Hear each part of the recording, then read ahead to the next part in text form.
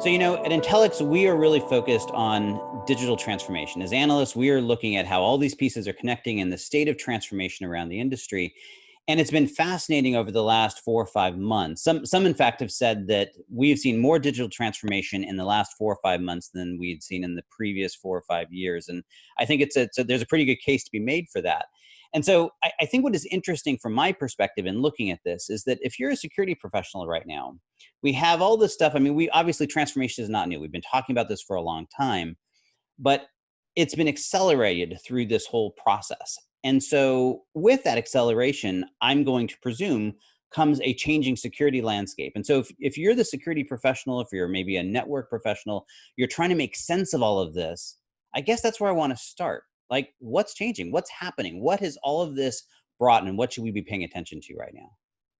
Yeah, so from the start, right, digital transformation depends on the connectedness of computers.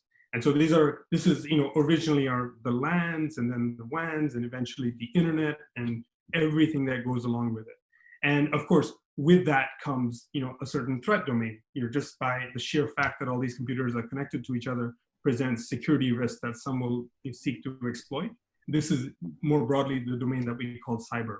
So in the pandemic era, specifically, what has happened is that a lot of the architectures that we had come to depend upon, the fact that maybe large amounts of our workforces are inside buildings, with a LAN that connects them, and then where there's resources that are protected as a result of, them being behind, on the enterprise network. Now suddenly all of them, a large majority of them, all of them for a certain period, but continuing to be like many employees are working remote, and this is now changed how we access the network, and whether it be VPNs, VDI style, kind of like a virtual desktop access, access to other critical services. All of this has kind of just flipped, and in a blink of an eye, and so that has tremendous implications for the workforce, and this is primarily what the enterprises that we're speaking to are kind of worried about.